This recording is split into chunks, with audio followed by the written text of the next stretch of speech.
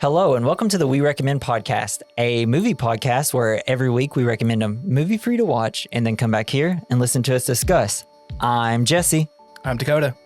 And I'm Natalie. What's the matter? Got brain freeze? No, brain waves, because this week we recommend Hot Fuzz.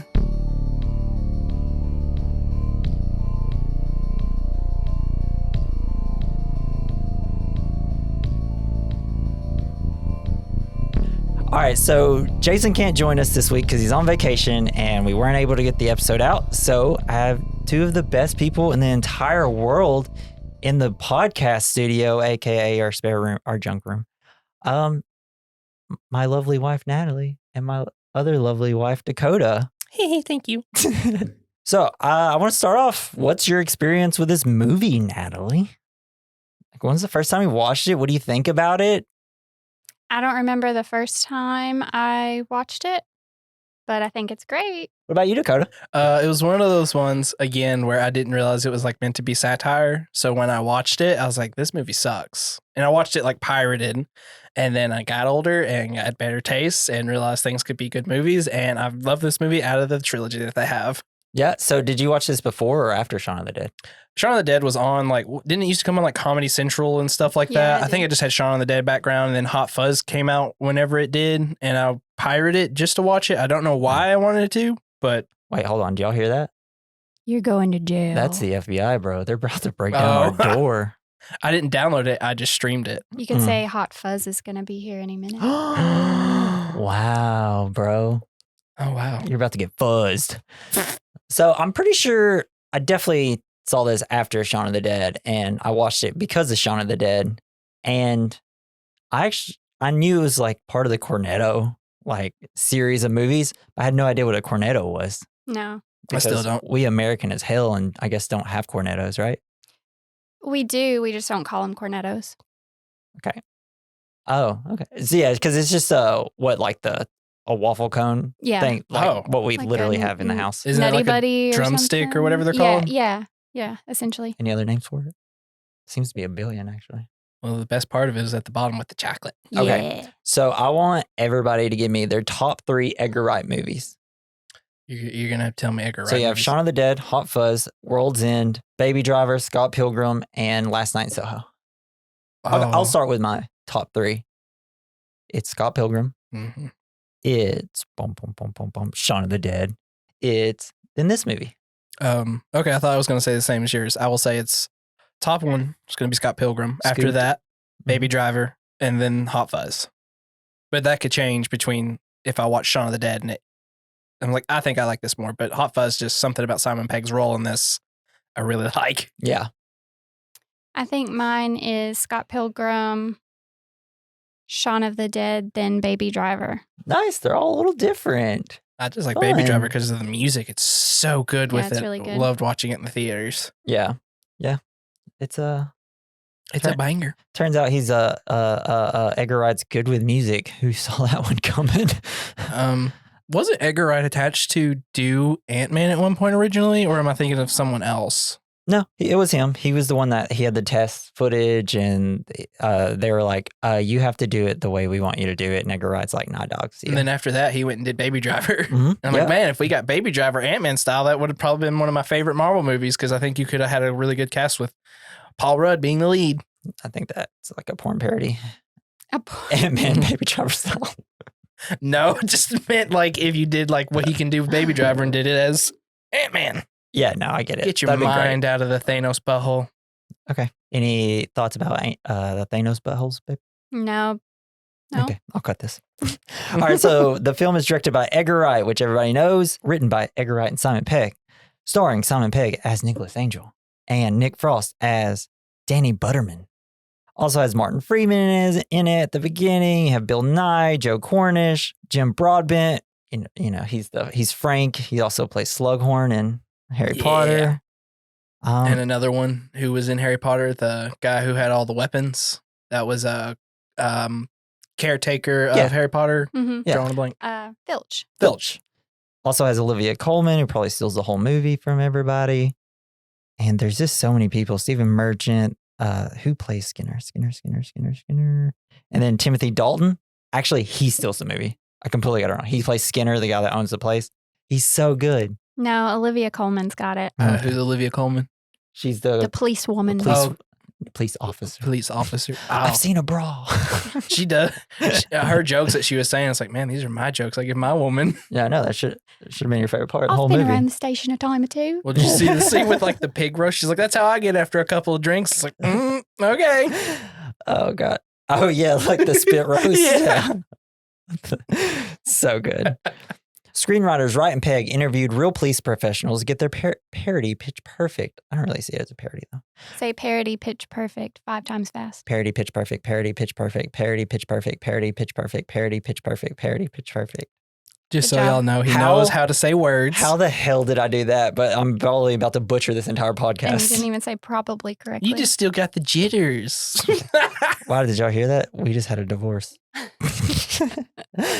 He says that, but we know. I know. So from the interviews they conducted with real police officers, the filmmakers heard repeatedly that one thing was missing from cop films. Every single one of them said that paperwork is 50% of the job. And Wright and Pegg flipped this when writing the screenplay by making the paperwork the most exciting bit in the film to really amp it up.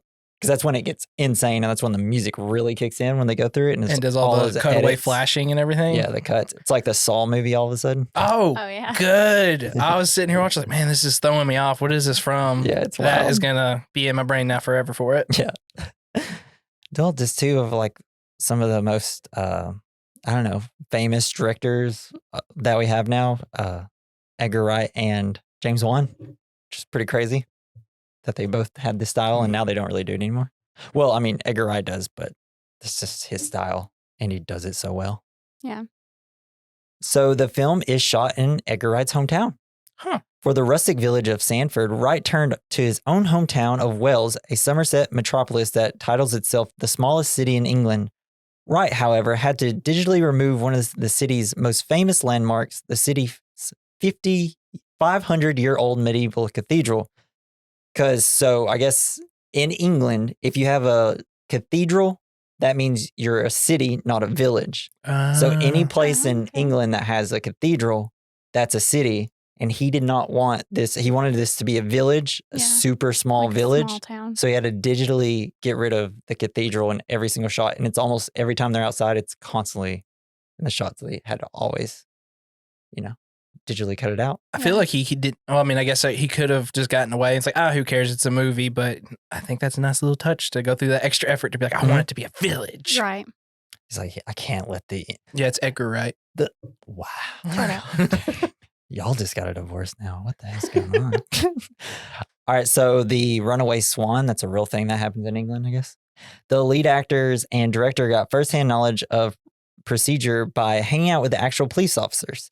The stories they told us were stranger than anything we could have written, Pegg told Indie London.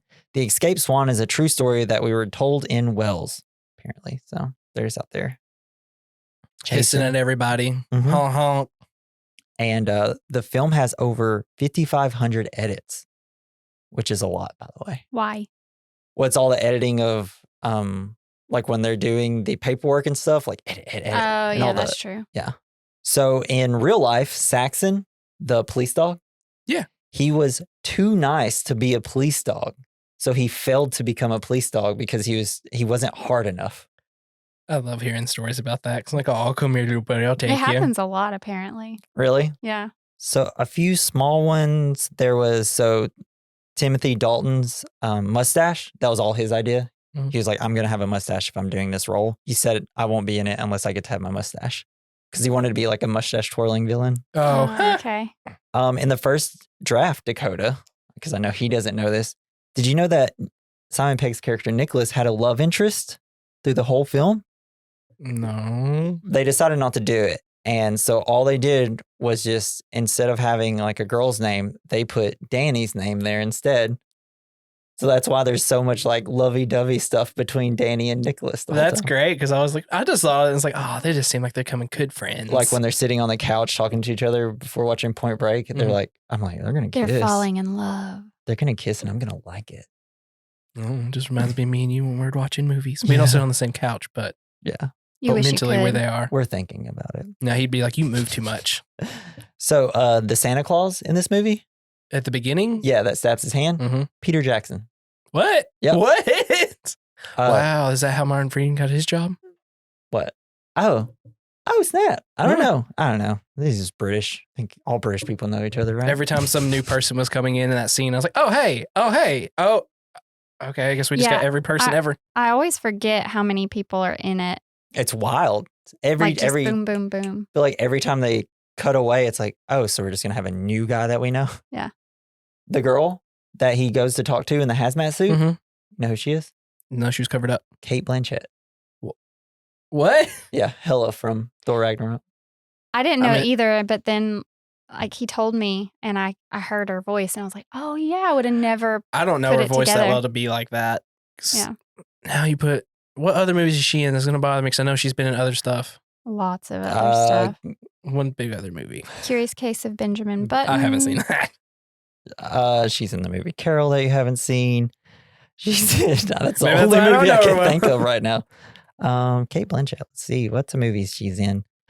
She's in Tar. Haven't seen that. Carol already said that. She's in the Lord of the Rings movies. Oh, yeah, she's Galadriel. No. Yeah, some Talented Mr. Ripley, I guess. I don't remember her in that.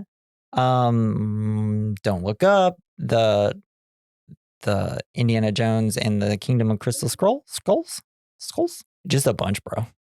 I'm not a lot. She's just like a super famous, popular actor. You know, just like one of them. Actress, whatever. All right, guys, are y'all ready to get into the film? Yeah. Queen. LFG, y'all. All right, so the film starts. We have Nicholas Angel. There's like this super long walk up to the desk, and it's really great. We get his super deep voice in it, or his like tough guy voice during a whole narrative or narration. And so he's like London's finest officer. His arrest record is like 400% more than the rest of them.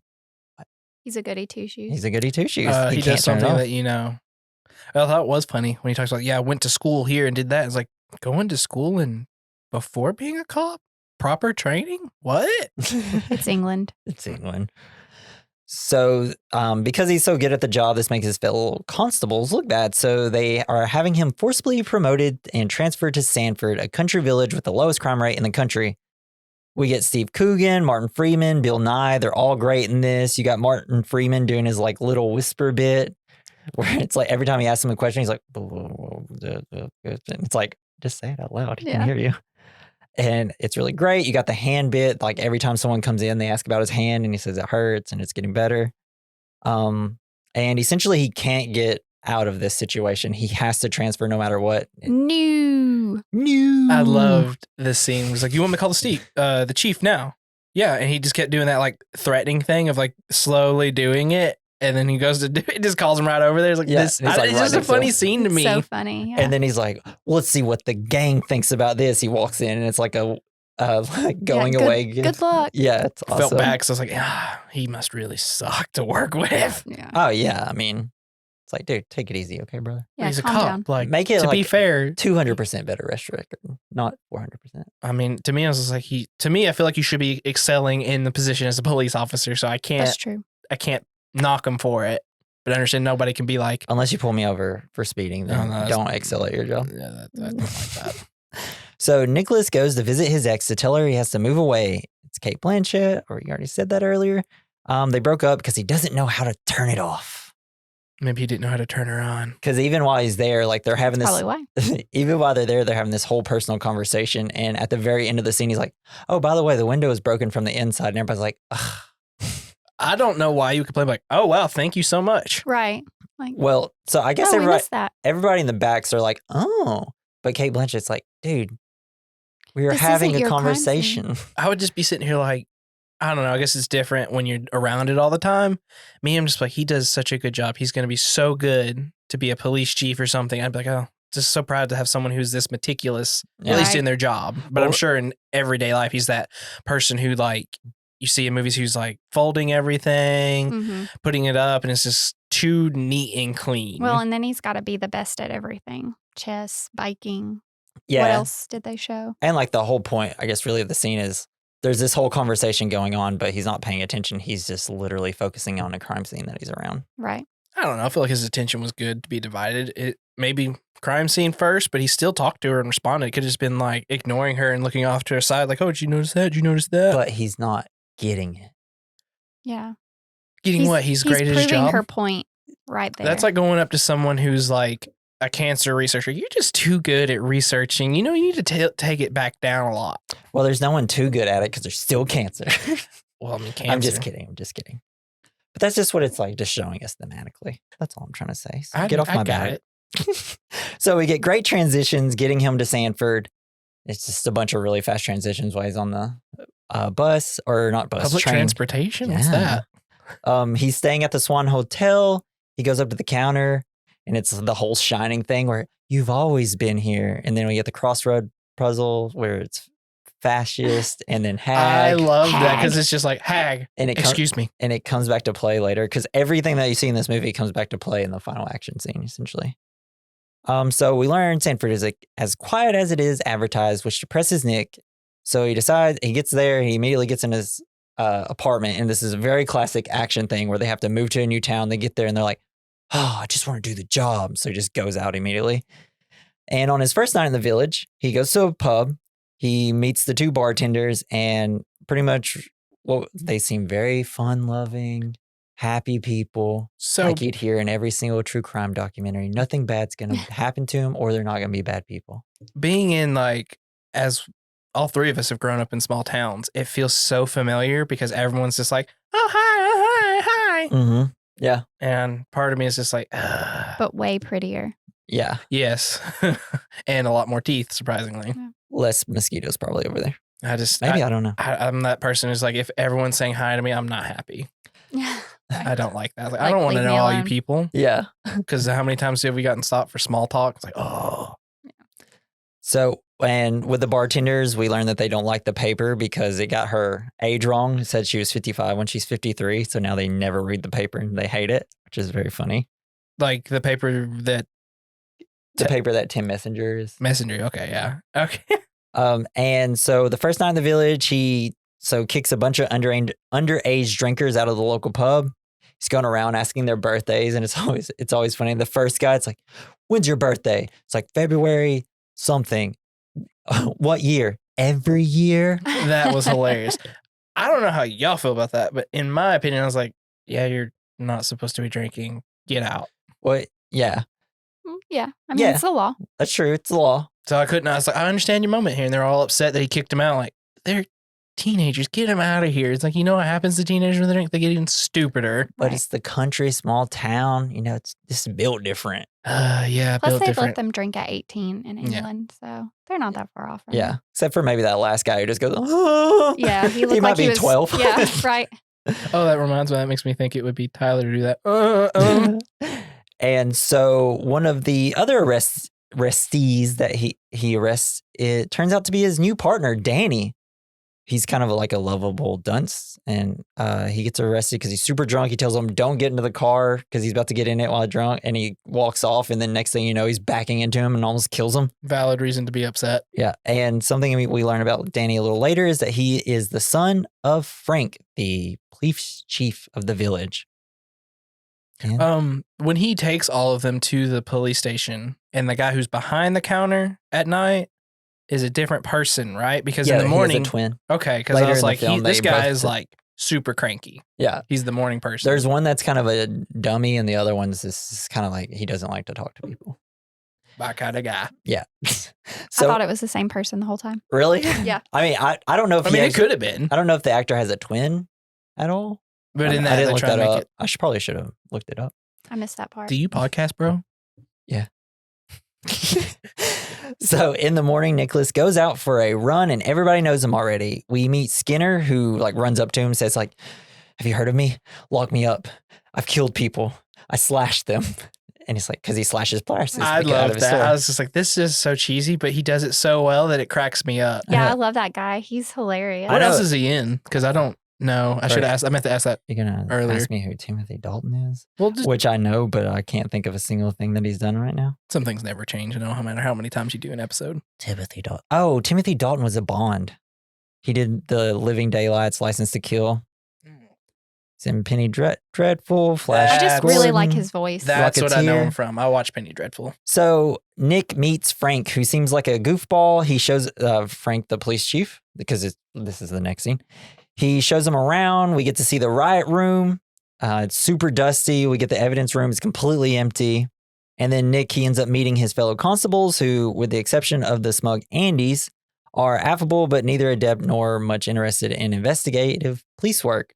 Tony Fisher knows nothing about policing. That's the guy that whenever you see him, he has got all the bubbles around his head, like behind him, the paper that's like, late. Oh, dumb. that guy. Oh, Okay. yeah. And then you have Bob, who is unintelligible. You have Doris Thatcher, makes a lot of dirty jokes. I've been around the station a few times. If you want me to show you around. So happy about it too. That smile. Yeah. So funny. She's so good. To be fair, I mean, Simon Pegg showed up, man. Probably one of the more attractive ones there And in then- the And then he station. and then he Simon pegged her. I high five myself. So the only other people who seem interested in law and order are the Neighborhood Watch Alliance, NWA, a group of longtime residents who care deeply about maintaining Sanford's reputation as the nation's best village and are concerned about the arrival of street performers and other riffraff. Because the first guy we meet, he's so like, we have to do something about this. About like he doesn't talk like this at all. Human statue. Oh Yeah. my God, that guy! Then like the hoodlums and all that. I was like, oh well, you know. I agree about the human statue. Don't get it and get it out of here. I don't either. I saw it. I was like, yeah, you don't match here. You need to go on somewhere else. I don't know why I have think such they're a strong funny. I don't know why I have such a strong opinion about it, but after watching this a couple times, I'm like, I don't like that guy. It's like, do I you don't tru- think I if just- you stood there with him, because you know he moves about, like would he just stand there if he had spectators the whole time? I mean, or would he- he move? Even when he's dead, he's still like that. That's true. I do. I just don't Feel trust bad for him. anybody that's standing that still. That's where I'm at in life. You mean like how we are supposed to do at our jobs all day, stand in your one spot all Stand day. perfectly still. I don't do that. I walk around. All right. So the whole time people have been eating cake during this scene. And we learned that Danny had to bring it in because he lost his helmet once. Nick thinks that it's because he was like Drinking Drunk- and driving. yeah. drunk driving. And because of driving drunk, he will have to bring in Chunky Monkey for a month. And then after the tour, they all go to lunch. One thing I want to say, Jim Broadbent, love the guy. He's the best. He's Frank, great. Frank, the police chief, Oh, okay, Slow- Slughorn. officer. that's Yeah, how I Slughorn. remember him. And he's so good. I love his voice. He's so friendly. He's so happy. I wish he was like an uncle or a grandpa of mine. He's jovial. Yes, perfect. Can you say big that? Scruffy beard. God, I feel like I nailed that. I can't wait to re-listen to that. So everybody's kind of at the pub. Everybody's kind of making fun of Nick for being so serious. You have like a couple of lines. Nick says to one of the Andys that has a mustache, he like takes a drink and then he gets like foam all in his mustache. And he's like, "You have a mustache." I know. So we learn Danny is obsessed with Nick and wants details of his career in London, which Danny is certain was filled with the kind of blazing action he has seen in American action films like Point Break and Bad Boys 2. Because he starts talking about the knife stab in his hand. Hmm. And he's just like, all he wants to do is just know. And he's like, it's like, how did it feel? It's like, it was the worst pain. And it was like the worst thing that's ever happened to me. And then he immediately asks, what's the second worst pain you've ever felt? He's so interested. And then after that, Nick goes to the local NWA for their meeting. We get to meet everybody that I'm sure they're all innocent and nothing bad's going to happen with any of these people. Definitely not. It's a happy town. But they're all like super charming, but also maybe suspect. Boom, boom, Mhm. boom. And they hate the living statue, all of them. Yep. Great. So we see Nick going to schools, giving speeches, and we meet local journalist Tim Messenger. He's bad at his job and makes a ton of spelling errors. Question. Yes, Do you think his name is Tim Messenger because he delivers the news? I think that was the idea. Yeah. Because when I was putting the last name Messenger in my notes, and I was like, who's the messenger? Why do I keep putting this? Like, especially as I got to the very end when I started writing just his last names a lot. I was like, oh yeah, I was just shortening Tim Messenger. I just Mhm. felt like an idiot. I'm just an idiot. But yeah, this is where we get the angle bit. Angle. Everybody keeps calling him Angle. That was hilarious. So for a few days, Nick's most exciting moments are chasing runaway swan that they can't catch. This is where we see Steve Merchant for the first time. Piss taker. Piss taker. Yeah. So, and because there's really nothing to do, they're just kind of sitting, chatting in their police car. They've already gone to the market. And then Danny's like, you want to go to the market? It's like, we just went and nothing's going on. It's like, all right, let's just go back. So they go to the Skinner's market. He doesn't like the fact that other bigger stores are getting closer to his town because he's complaining about how just down the road there's like a giant market. And Skinner makes suspicious remarks about decapitation. Wonder if that happens later. Nick sees somebody shoplifting and chases after them. And this is like the guy in the purple suit is like running. And it's got one of the best bits because they do it in all 3 Cornetto trilogies. The first one from Shaun of the Dead, you just have it like Simon Pegg's character goes to jump over and just falls because he's not very good in it. And then in this one, he's really good at it. And then Danny just fumbles over it. I thought it was funny. It's so funny. I really enjoyed watching Simon Pegg because it doesn't transition away. It's like, dang, Simon Pegg over here just jumping fences like nothing. So after the shoplifter is caught, we're back at the police station. Skinner doesn't want to press charges, but Inspector Frank says he will get his just desserts. I don't know what that would mean. I guess we might find out later. I'm not sure. And then later, Nick and Danny are watching for speeders. Danny says he feels like he's missing out because of his town is so boring. It's where we get a lot of discussions about like Point Break. And he's like, have you ever like pointed your gun up in the air and yelled, ah? It's like, no, I've never pointed my gun up in the air and yelled, ah. Didn't he say it's a waste of ammunition or something? Yeah, something like that. And I bet that doesn't happen later. I guess I'm just going to do that 500 times during this movie. Like you always do? Yeah, shut up. He also, so someone drives past him super fast for speeding.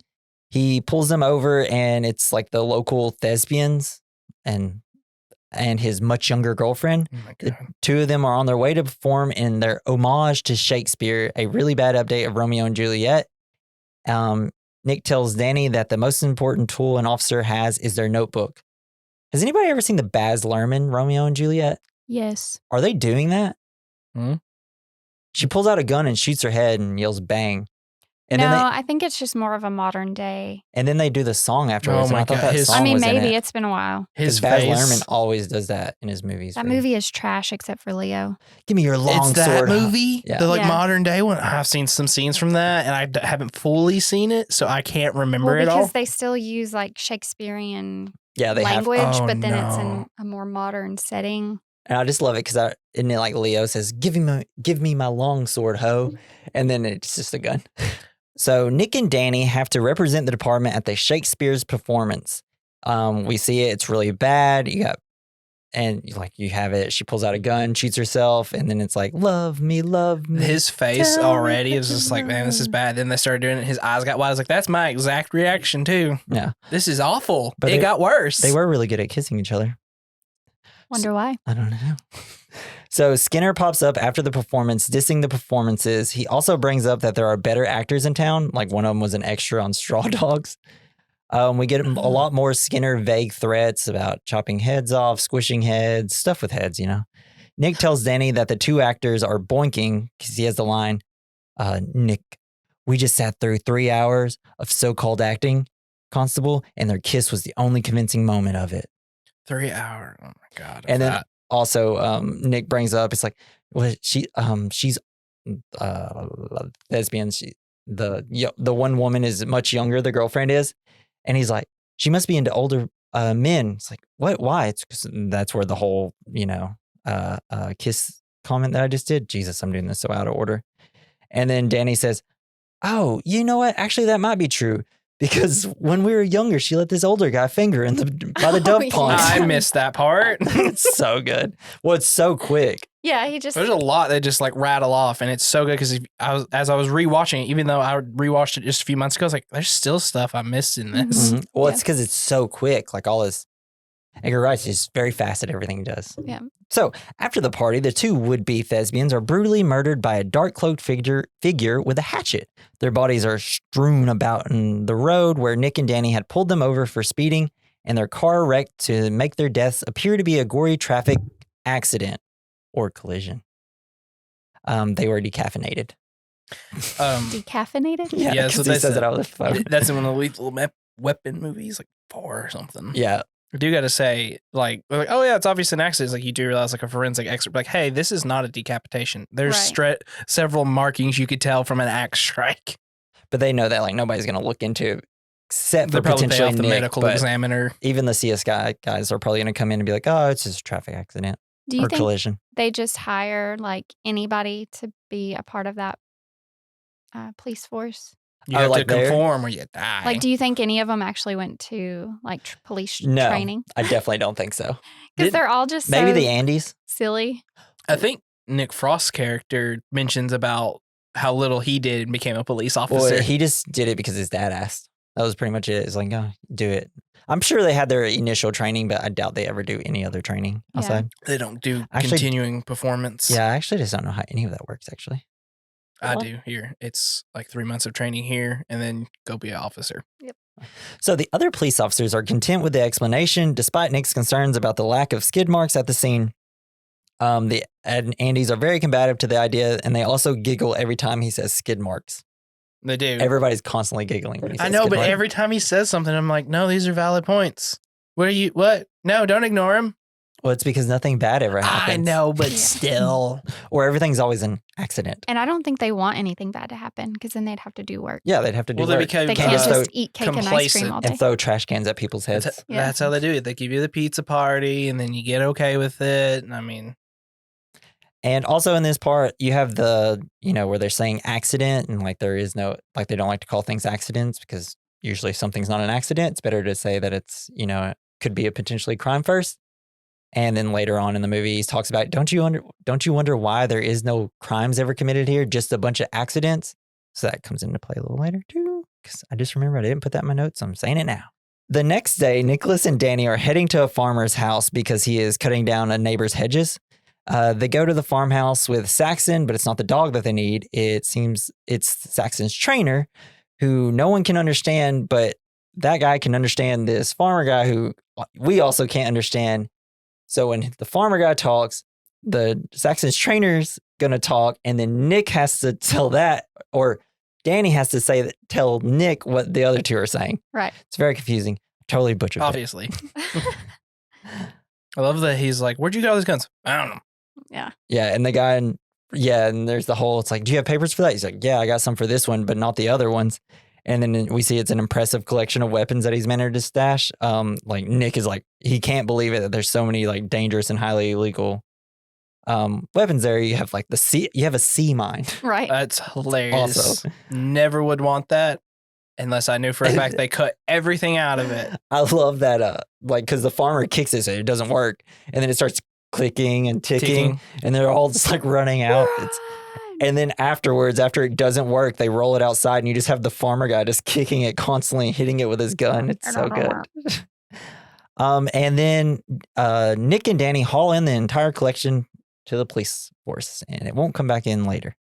So to celebrate, Danny invites Nicholas out to an evening at the local pub where he encouraged Nicholas to order more than just his usual cranberry juice and he agrees to have a beer. See it? They did something. Nick finally got to do something. So he's like, hell yeah, let's go, baby. And I like when he Danny- starts cutting loose a little bit with him. I was like, this is a nice moment. Yeah, They it's- just work so well together They on are. screen. I mean, they're probably like two of the best, they have like the best chemistry, those two, Nick Yeah. Frost and Simon Pegg. That's why the 3 movies of the Cornetto Trilogy, I love them so much. They're so good. I just realized what they did. Shaun of the Dead, they're both kind of like losers a little bit. Not really losers, just like kind of coasting through life. Simon Pegg got to be the serious character. Yeah. Nick Frost was the goofy. And then at World's End, he's the Mm-hmm. deadbeat and Nick Frost is all put together and everything. Yeah.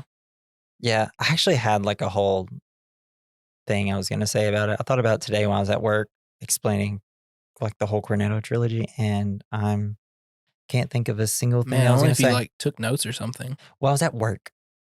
Yeah, there's no paper anywhere or anything like that. You Okay. can write that down. Could you step out?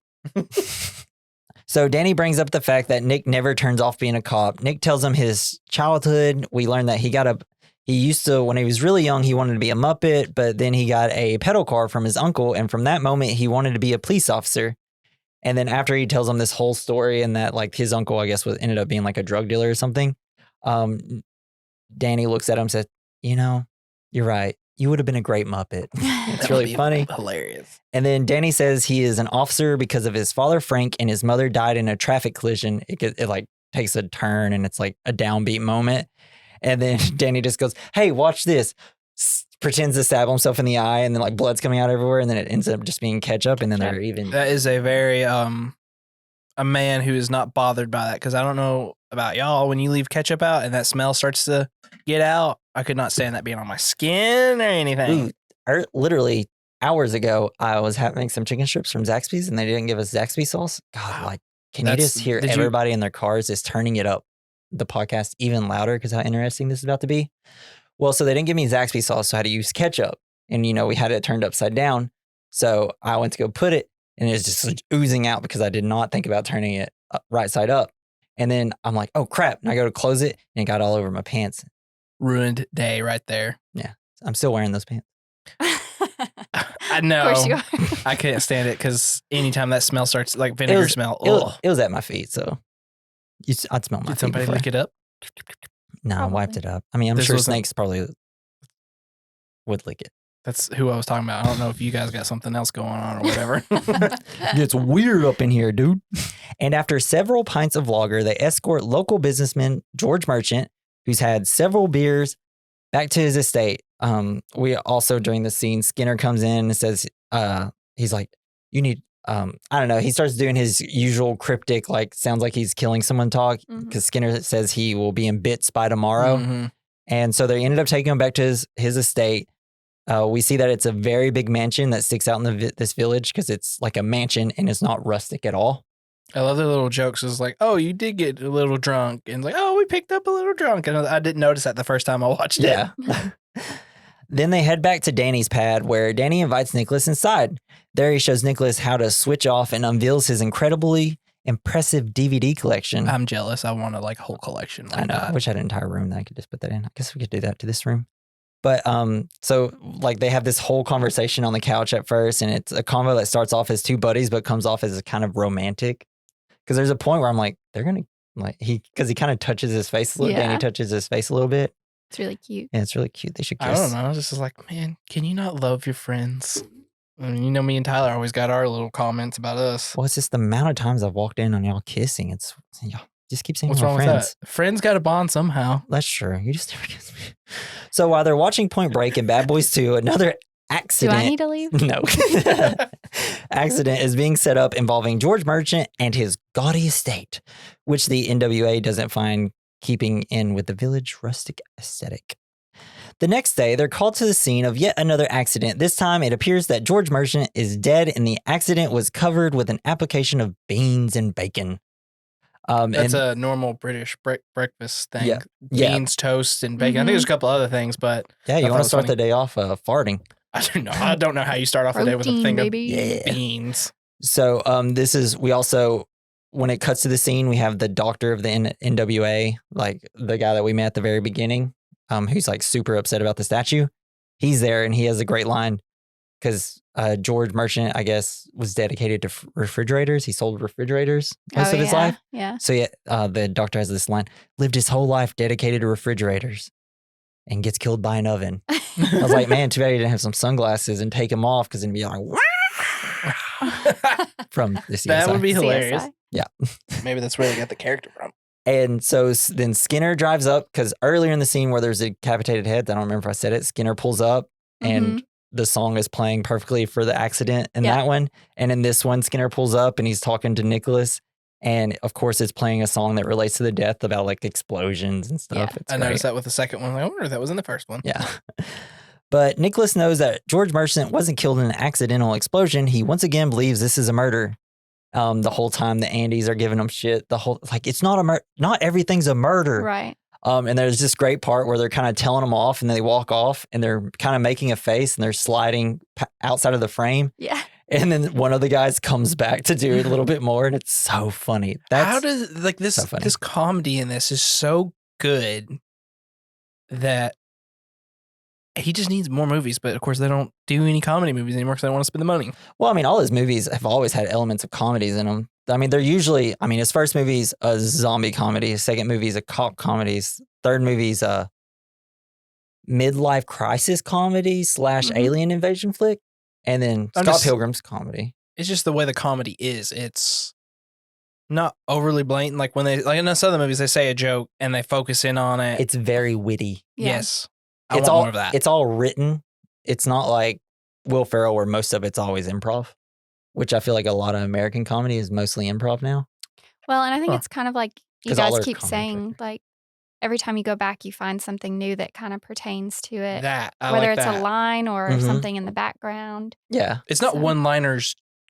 Like it's gonna sound like I just hating on Marvel. They kind of have the one-liners and then that's it. This one is just full of like they're like one-liners, but they don't emphasize like, hey, it's leading up to a joke. Here it is. Here's the Yeah. And like in most like Will Ferrell comedies, the bits explained.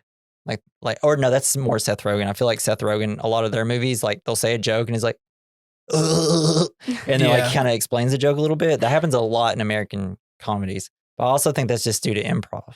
That would And make most sense. of our like best comedic directors now they came up through improv and stuff. Yeah. And most American actors just come through I like think improv is good UCB, to which have. is Yeah, for sure. because it adds that. Because I mean, you want to be on the spot. That's how you get funny. Like look at And- Robin Williams. well, also British people are just funnier than American people. I would go that far. I usually find more British things funny. Well, you do like Monty Python, And then like the best like comedy TV show that's ever been done came from a British version of it, The Mhm. Office. Yeah, Though I love The Office, don't get me wrong, and I like it better than the British version. I but guess American whatever. comedy because Come like at if me. you think of American Office, it's more of like someone who's unaware. Yeah. It's unaware people. Like Yeah. that's how Step Brothers is. They're just unaware how like not adults they are and Mhm. stuff. Okay, so the next day at the station, he and Danny are putting together the pieces of the accident, but so far, no one believes Nicholas's theory that George was murdered. The following Saturday, it's time for the town fair. Nicholas has to work security for it. We get the scene where Danny wants to see if Nick's sharpshooting skills, and he like immediately shoots everything perfectly, and he wins Danny a giant monkey. I'm sure Love that will it. come into play later. Yeah, I don't think it will. Like 3 times. And while there's also going to be like a local lottery where you can win prizes, apparently Nick is supposed to be like the guy who reads off the names. But before that happens, we see Tim Messenger. He's talking to Leslie Tiller. Funny that her name's Tiller because she works in a plant shop. And you see Leslie's they're like talking to each other, and it seems to be like an important conversation. And Leslie's being like, oh. But also at the same time, just a little across the lawn, you see Skinner, who's just talking about he has his game and it's called Splat the Rat. So he's just sitting there like with a club saying Splat the Rat, looking straight at them. And it's like, man, I wonder who's going to be one of the killers. The whole time I'm just like, oh, it's going to be a red herring though, right? Because there's no way this is too obvious if he's the killer. Right. Yeah. That's what's so funny about it when you go back. It's like, man, it was so obviously. Yeah. him. It's obviously him, but because this is kind of a whodunit, like a Agatha Christie novel or something, you're just like, there's no way it's this obvious. But it is, but there's a little extra There's to more. it. It's Also, good. his last name is Skinner. Yeah, I know. Exactly. Everybody's got a name that goes perfectly with, I love it. I Almost. fucking love this movie. And then Tim Messenger tells Nicholas to meet him behind the church at 3. So while drawing the next name for the lottery, which happens to, so the first name that they draw for the lottery is Skinner. He's not there. He's in the loo. Mhm. And then the next name that's being mentioned is Tim Messenger, but he can't come because he's waiting to meet Nick behind the church. So when the church clock strikes 3, Nicholas stops what he's doing and quickly runs behind the church, but he's too late and a giant part of the church roof has fallen on Messenger and decapitated him. Like a steeple. That is Yeah, such a the steeple. dark, like gruesome scene when I first was watching this movie. 'Cause the axe scene happened kind of a little bit off screen, on screen. And then that happens like, oh my God, what am I watching? Yeah, I didn't expect that because the first death, now after watching Last Night in Soho and then seeing the first death with the 2 actors and the way that it's filmed, I'm like, oh my gosh, he was doing Last Night in Soho all the way back into this. Just the way that it's kind of filmed and like the blood splatters at the screen, Mhm. it's very what he did for Last Night in Soho. That has nothing to do with this. I just wanted to bring that up. But yeah, when I first watched it, I was like, Jesus Christ. And also I thought, there's no way his body's still standing. No, that thing Yeah. would have crushed it completely. That thing where his head exploded. Nice Mhm. little touch of effects, but it's like your body just. Also, we should mention CGI blood, no good, very bad. Never use it. Every director ever, please, for the love of God. It's always Unless you bad. can make it look good, just use real blood originally and then edit it out if you don't like the way it looks. Yeah, but how do you make a death like that look real because I mean that wouldn't really happen. Yeah, I mean, it'd probably be way more expensive if they did it more practically. It would have just squished him. He might have like. Would have had to be a lot much.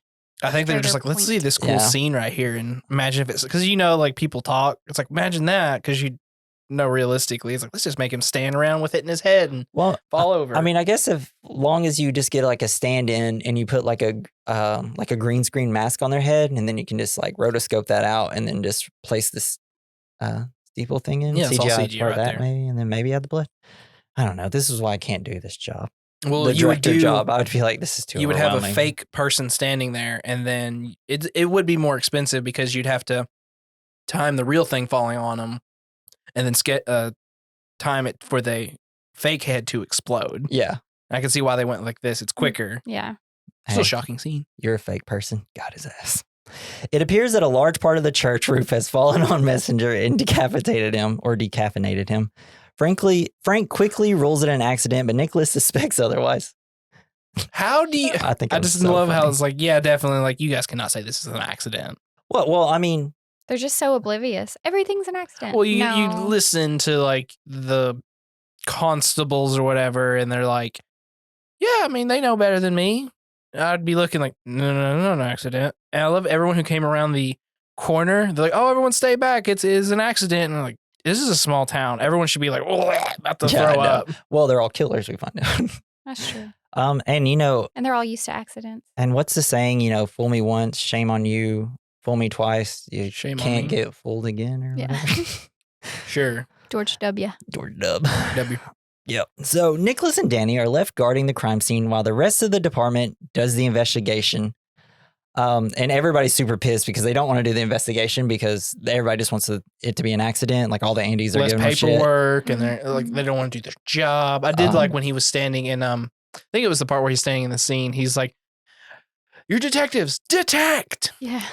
Yeah. I was just about to bring that up. You're right, because they come out and they're leaving because they're like, "There's nothing to do here. It's past our work time, and we're going to the pub." And then I love this because you get the thing. It's like, you and your monkey just need to go away. And he's like, and that's because Danny's still holding his little stuffed monkey. He's like, was he talking to me or this? It's funny though. And then also love it because Nick is furious and takes it out on Danny, who tells him he can't switch it off. It's like, you know what your problem is? You never switch off. And then like runs away like With a monkey. There is nothing funnier than someone running away crying in a comedy. Like in Tommy Boy, when I brought up when we were watching it and they make the girl like Tommy makes the girl mad and she like runs. She's like, when I went back and watched that movie, I was like, what is this scene with her? And you brought it up and I was like, very good point. Why did they do that? I'm just like, was that supposed to be this I way? think it's they didn't want the scene to feel too serious. Yeah. Mhm. Yeah. So when Nick gets home, Danny left the monkey form. Oh, Nick reads the paper and begins researching, like the local paper, and begins researching because he's starting to find clues about like real estate and all the things that are happening. And so he's finding clues to why everyone is being murdered. So Nick apologizes to Danny and they are on the case. The next day, Nicholas is furious at the rest of his department who are still believing that the deaths are accidents, but Frank reassures him otherwise. And while Nicholas is busy putting the pieces together of these horrific crimes, the rest of the department informs him that it's Danny's birthday. And he's like, you didn't tell me it was your birthday, Danny. I love that moment right there because it feels like he just, I don't know, just because Simon Pegg just did a good job of conveying like, oh, like you see it on his face. He's like, he just felt bad. You know what he did for a second? He turned it off. He turned it off. And sometimes you got to turn it off to get new perspective. And he How many shots you going to take? Because he sees kind of how Nick Frost's character is, and it's like, well, it just shows that maybe I he's starting shouldn't to be like this. care. Yeah. He cares, and Yeah. I could see it in that moment. And I love when they had that moment and they were drinking and just bonding moment. It's beautiful. Well, and also because he turns it off and decides that he's going to do something nice for his friend, he finds the killer in the next scene. Because Nick goes to the local flower shop to buy a peace lily for Danny as a birthday present. He is surprised to see the shop's owner, renowned for her horticultural skills, leaving town. She tells him that the land she owns was to be bought by the George merchant with the assistance of the thespians that we saw earlier that are dead. Then, when they were both killed, the messenger informed her that her land was much more valuable than what the merchant offered her. So she has sold her shop to a land developer from the city. She does this whole scene. She's explaining everything. And every time that she says George Merchant or one of the thespians, she constantly says, God God rest them. And she says it like a billion times. God resta. And it's just so funny and great. And this movie's perfect.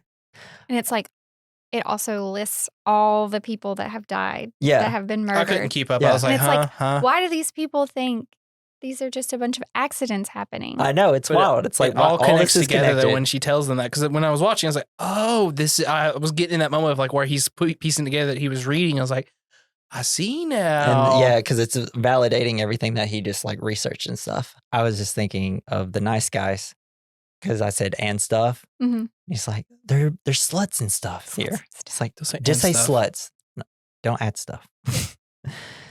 Anywho, go listen to the Nice Guys episode.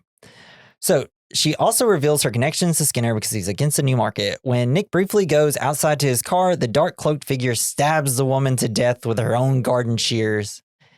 And then Nick gives chase but cannot catch up to the villain who was wounded in the escape because every time he turns a corner, they're like way further out.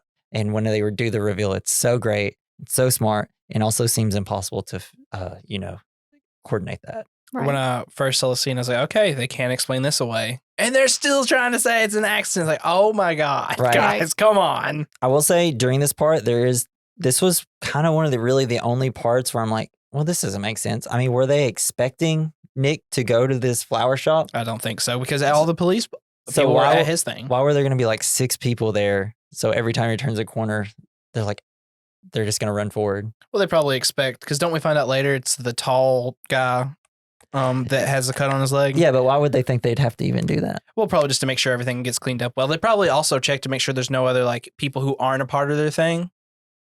Because I mean, it's good to make sure your bases are covered. Yeah, everybody has their own job. Well, but then it's also, that Nick's there, so why are we They even... did know Nick was there. Well, I mean, he was right outside. Because Nick was inside the building. He walks outside and the cloak guy's right there.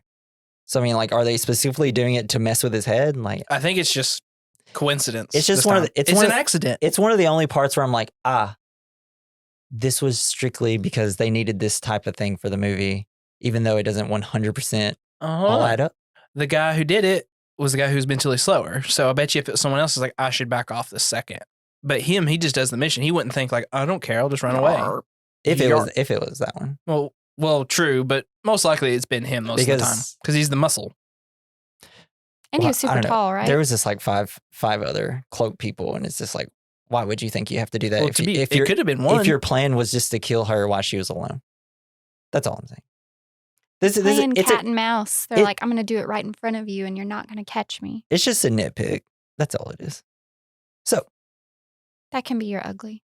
yeah, I was actually kind of saving it just in case one of y'all wanted to do it. Well. So convinced that Skinner's connection to the property deal and attitude towards those murdered is sufficient as evidence against Skinner, Nick takes the police force to confront him, but Skinner has no wound and his store's surveillance tapes establish that he was on the premise all day. Was this also after he was back at the police office and they were all cussing and putting money into the thing? Said, Mhm. Thank you, Andy. Thank you, Danny. Yeah. And he's like starting to lose his shit. Yeah. Dang, I should have put that in my notes. Yeah, because that was so funny. So Nick is prepared to give up when it occurs to him that instead of a single murderer, several dark cloak murderers might be working together.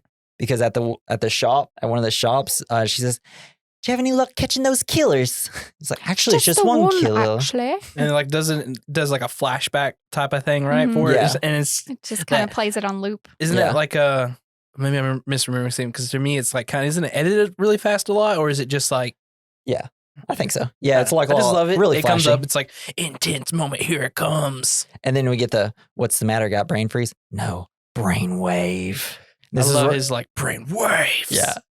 So he goes to Frank to tell him his theory, but Frank says that this is the same thing that happened to the last transfer there. Like you just kind of go crazy because it's such a small town and you were in a big city. This calms Nick, who is completely depressed. He's just kind of walking around sad now. But his theory is confirmed when he is attacked in his hotel room by one of Skinner's employees, Michael Yarp. Yarp. His last name's not Yarp, but I just love the Michael Yarp. conversations that they have too later. Yeah. And when we see him, he's also wearing the dark cloak. So we're just like, Skinner has to be a part of this now. Right. Because it works for him. Nick defeats him and then impersonates him when Skinner radios to see if Nick has been killed. Yarp. Yarp. Narp. Narp. That cracked me up. It's like, oh, what are you gonna say here? And he went, Narp. It's like, it worked. So Nick traces Skinner to a castle outside the village. There he finds the Neighborhood Watch Alliance, clad in the dark cloaks, chanting ritualistically. The NWA reveals that they have been behind the murders, with their motive simply being civic pride and had nothing to do with property deal between those who were murdered. Love that all the evidence that he collected, all it was is just a bunch of stuck up older people just wanting a nice city. Because it's that big moment of the reveal. And it's like, this is so petty and it's hilarious. Yeah. Right. And they're so nonchalant about saying, it's like, of course we couldn't have it. Yeah, because you had the thespians and his girlfriend were murdered because their terrible acting brought ill repute to Sanford's theater company. The businessman was murdered for owning a tacky home, the journalist for poor spelling, and Leslie for even thinking about moving away. It's like, damn. The other ones I could kind of understand, but moving away, come on now. Murder? Yeah. Slasher murder? Well, Those two, they had background actors from Straw Dogs. Well, they had, the thespians were annoying. And you have a musical number at the end of your crappy 3-hour show. You can't. Also, here's the thing about this part. It shouldn't work. This should be like, are you serious? This is what it is? But it's so funny. It and works. Good. And because of the rest of the film was so like this, that it, I don't know, just crushes. It at this point, it'd be weirder if it wasn't like this thing. All right, so Nick tries to arrest them, but Frank and Danny appear in support of NWA. They chase Nick through the grounds of the castle where he finds the remains of other people the NWA has killed. It's great because you see the statue guy. You pretty much see everybody that was talked about or that He just like fell has through been some missing. woods, Because right? you also have the shoplifter oh statue guy, the last Lurch. the last guy that Nick took over because he had the bushy beard and stuff. Mhm. All those people. The NWA surrounds Nick and Danny steps forward and stabs him. Then Danny takes Nick's body away in the trunk of his car. But at a safe distance, he lets the very much alive Nick go. They had faked Nick's death using ketchup packets for blood and Nick's notebook to avoid actual skin penetration. So Danny refuses to believe his father and the NWA are responsible for murder and persuade Nick to take his car and return to London. So in London, Nick sees a collection of action films and inspired returns to Sanford to put an end to the NWA. So I guess every shop just has Point The Break movies. right next to Bad Boys 2. I don't know what I do like if anybody's from England, and if that's just a normal thing where you always have really good Blu-rays and DVDs in your like little shops, send me some fan mail. Just go to our description and click the fan mail link, and then I just want to hear from you. Shameless plug.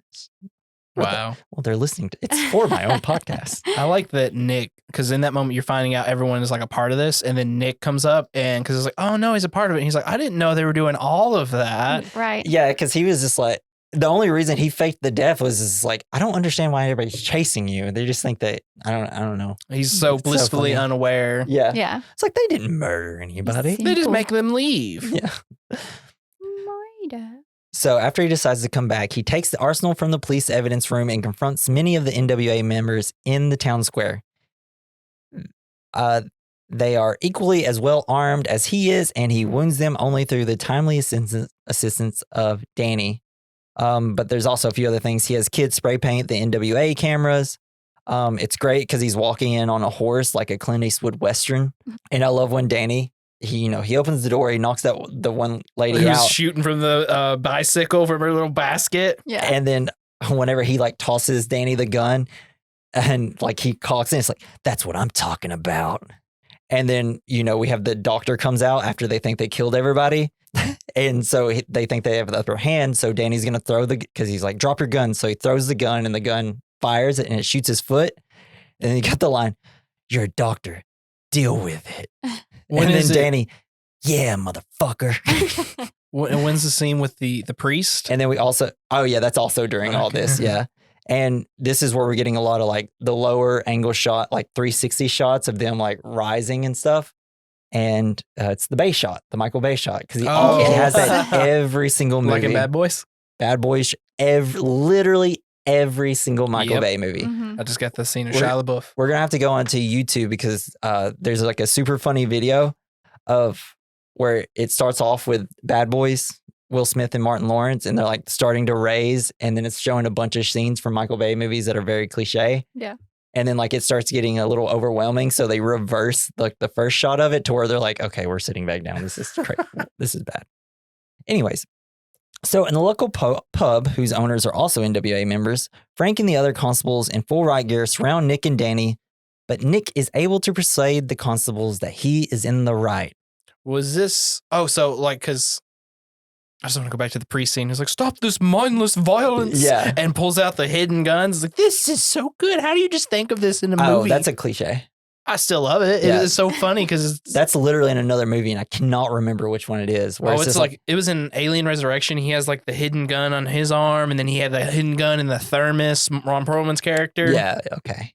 I think there's There's another one. I can't. I know there's another one too, and I it's don't in some, remember. this happens a lot in Western movies where it ends up being like, oh, the preacher is fully armed. And then, well, like when they go in there and they convince them, it wasn't until that scene, because that's when someone accidentally gets a bear trap on their head and she screams like, "Cops!" And they show up and you're like, oh, are they with them? It's like, oh, they're not a part of it either, because They in don't reality, know. they're cops. If they did know this, they wouldn't sit idly by and let it happen. Yeah, they might if you talked them into it enough. Give them some That's cake. true. Give them enough chunky monkey.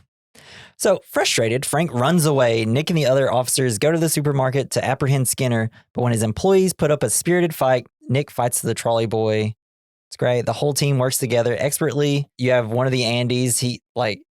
So one Andy gets like some, what is it? Bolognese? Bolognese. Sauce? Bolognese. On him.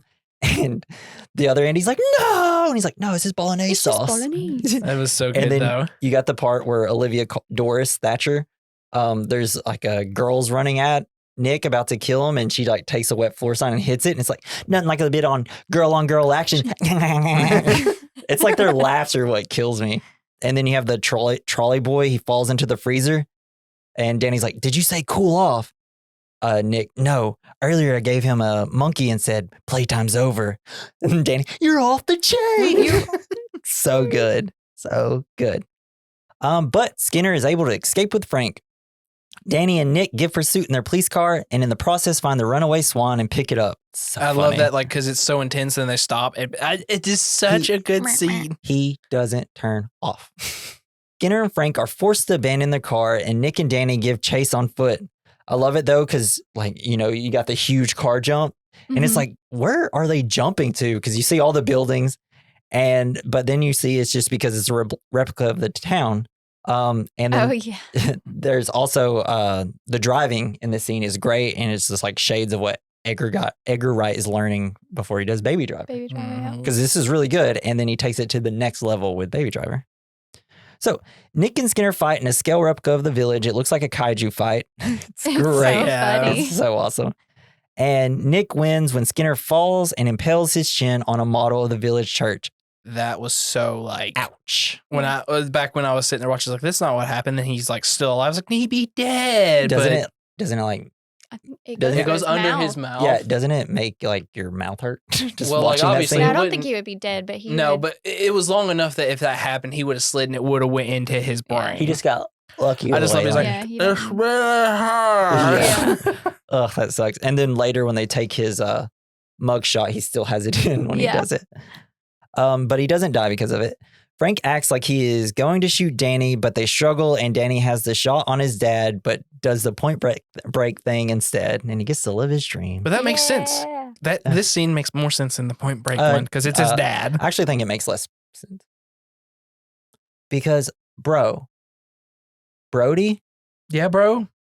he like changes his life, man.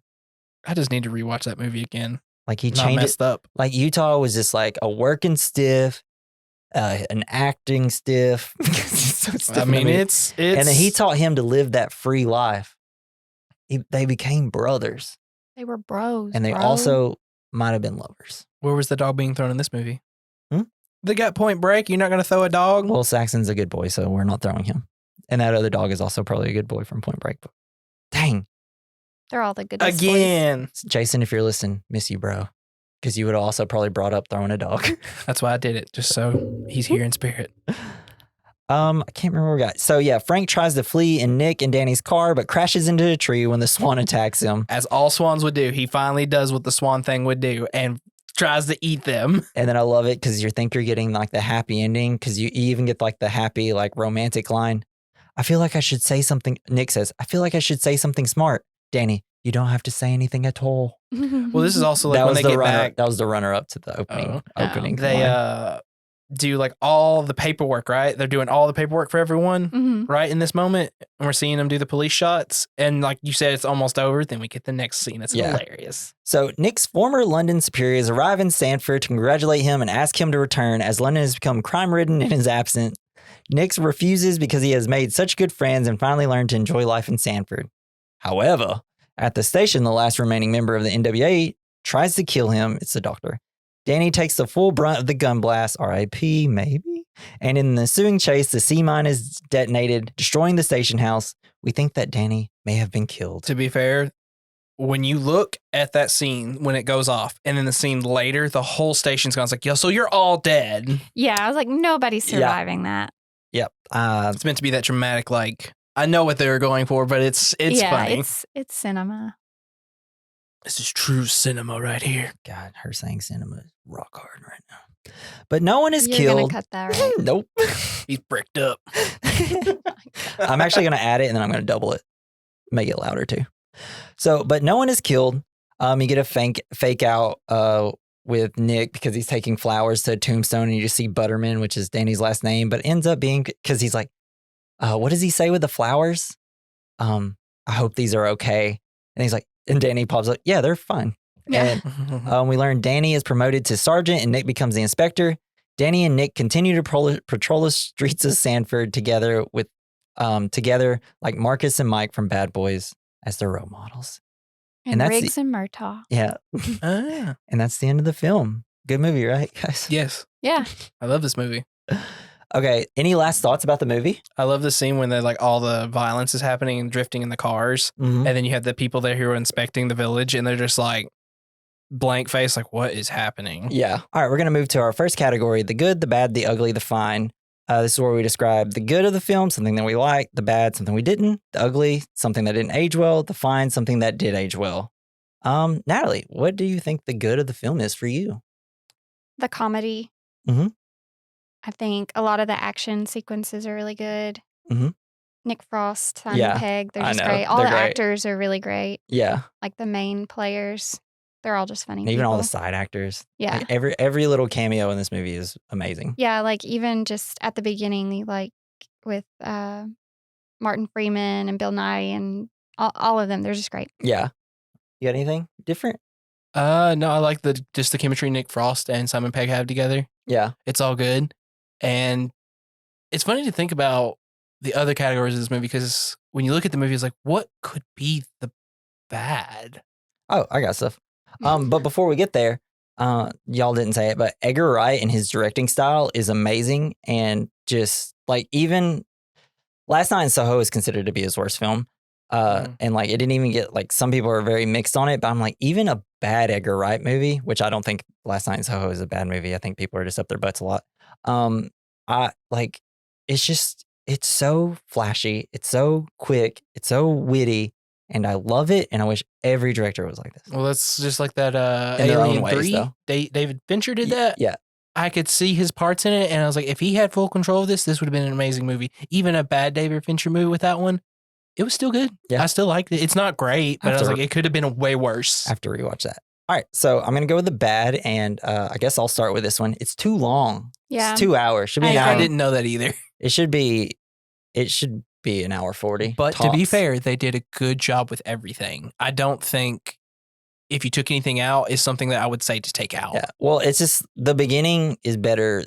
The first half is better than the second half. Well, in it my gets all opinion. action. They leaned into Yeah. that hard, Yeah. like what they were setting up before with all the action movies that we've seen him. It's Yeah. like, this is what he went for, and it worked. Yeah, and it's just like, there's only so many times you can see him cock a gun and shoot somebody before it's like, okay. Yeah. You gonna cock the gun some more and shoot some more people? Yeah.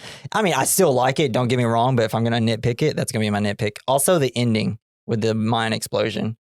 Like when it got to there, when I rewatched it the first time for this, I was like, "What are we doing?" Yeah. I could. They I needed a big explosion. Yeah. I mean, it's a good joke, but at the same time, it's like didn't need it. Could have cut 10 minutes out of the movie if we didn't Right. have it.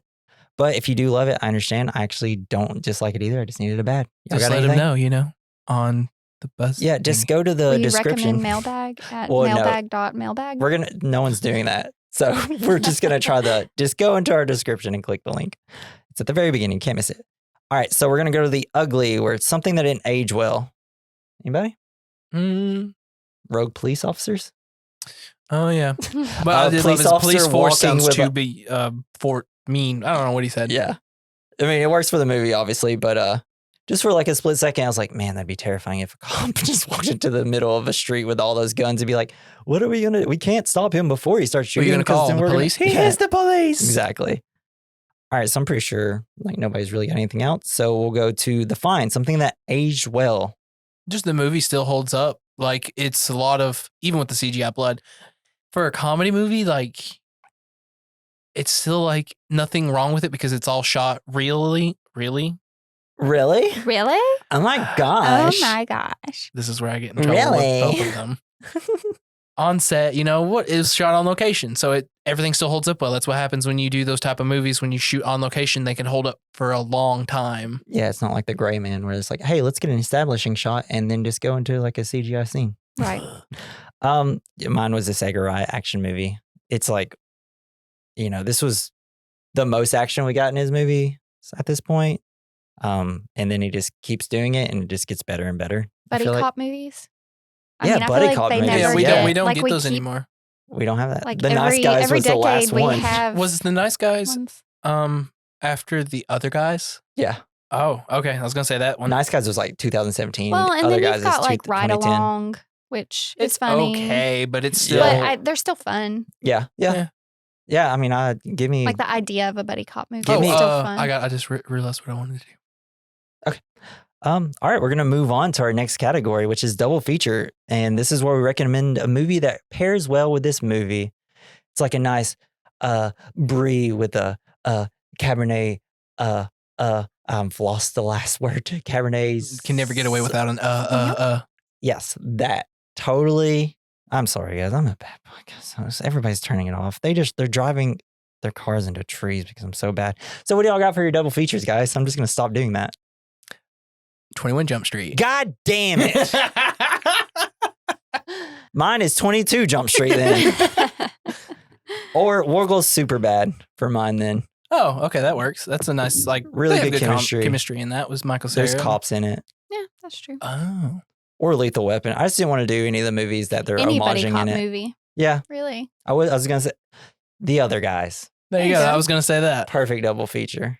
You got the hardened cop that can't turn it off.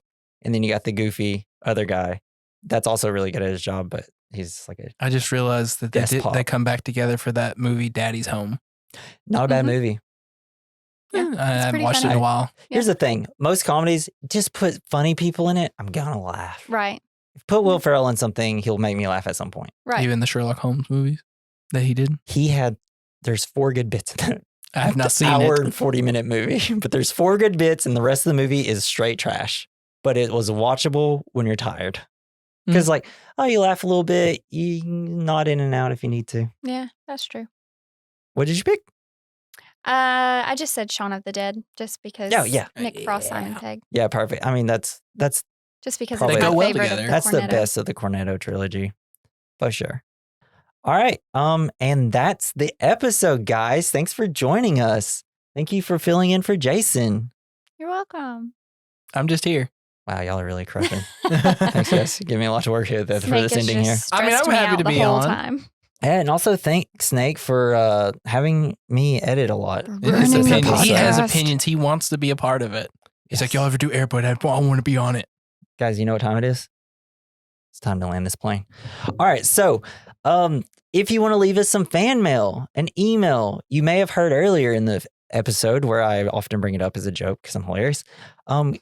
In the description of our episode on everything, except for YouTube because I can't do it through YouTube. If you're listening on Spotify, what do you listen? What's yours that you listen on? Pocket Cast. Pocket Cast, Apple Podcasts, wherever you listen, Amazon Music. The very beginning of our description, there's going to be a link that you can click on. It'll take you to your text messages, and then you can text us some fan mail, whatever you think about the podcast, what you think about the movie. If you have any Nudes. questions, Opinions. do 'cause not everyone's send got 'em. nudes. Please don't send anything sexual. Otherwise, he will be very, very much in trouble. If you need, I'm only allowed to send him nudes. if you're just like, oh my gosh, I bet Jesse has like a very chiseled butt, and you want to tell me that, all right, I'm just cutting all this. Fuck it. All right, and make sure to join me and Jason next week, as long as he can record with me. We're gonna be doing MacGruber, a MacGruber. very funny movie. Never have seen that. You've never seen it. It's great. I can't wait to discuss it. I can't wait to rewatch it. Will Forte is one of the funniest people to ever exist. I wish he was in every movie. So make sure you join us next week. Send us some goddamn fan mail. Thank you, Joey Prosser, for our intro and outro music. You can follow him on X at Mr. Joey Prosser. And you also, if you want to follow our social medias, go to my link tree. It's the quickest way to get there. It's linktree/We Recommend Podcast. And if you want to listen on a different platform, just go there. And I believe that's it. This has been the We Recommend Podcast. I'm Jesse. I'm Dakota. Natalie. Okay, we're going to try this again. This has been the We Recommend Podcast. I'm Jesse. I'm Natalie. I'm Dakota. And remember, we're all super cops. Let's meet the cops that can't be stopped. Man, that was a rough one. That was a rough one. That's all I had, though. Bye. Bye. Bye.